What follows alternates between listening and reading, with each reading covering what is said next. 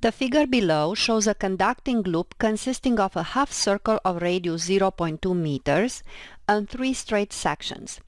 The half circle lies in a uniform magnetic field that is directed out of the page. The field magnitude is given by B equals 4t squared plus 2t plus 3, with B in Tesla and t in seconds. An ideal battery with an EMF of 2 volts is connected to the loop. The resistance of the loop is 2 ohms. In the first part of the problem, you need to find the magnitude and direction of the EMF induced around the loop by the magnetic field B at time t equal 10 seconds. And in the second part of the problem, you need to find the current in the loop at time t equal 10 seconds. As you can see in this problem, the magnetic field is uniform in space, but it is changing with time, and consequently the flux is changing too. A changing flux through a coil leads to an induced EMF or induced current. We can find the induced EMF by using Faraday's law. From this law, we can also find the direction of the induced EMF. For example, if the value calculated is positive, the EMF is counterclockwise. So let's start by writing down Faraday's law. The induced EMF equals the negative of the rate of change of magnetic flux phi with time. We can calculate the magnetic flux as the dot product between the magnetic field and the area.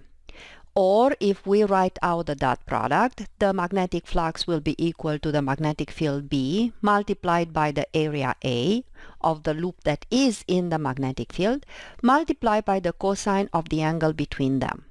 Well, the magnetic field is coming out of the page and the area vector is also coming out of the page, so the angle between them is 0. And don't forget, cosine 0 is 1.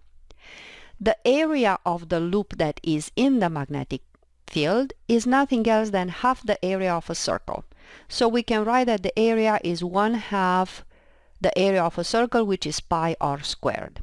Now, we take the expression for the area and replace it in the magnetic flux, and we also replace the magnetic field with the equation given for it, and then we have that the induced EMF will equal the negative of the first derivative with respect to time of the magnetic field, which is 4t squared plus 2t plus 3, multiplied by the area, which is 1/2 pi r squared.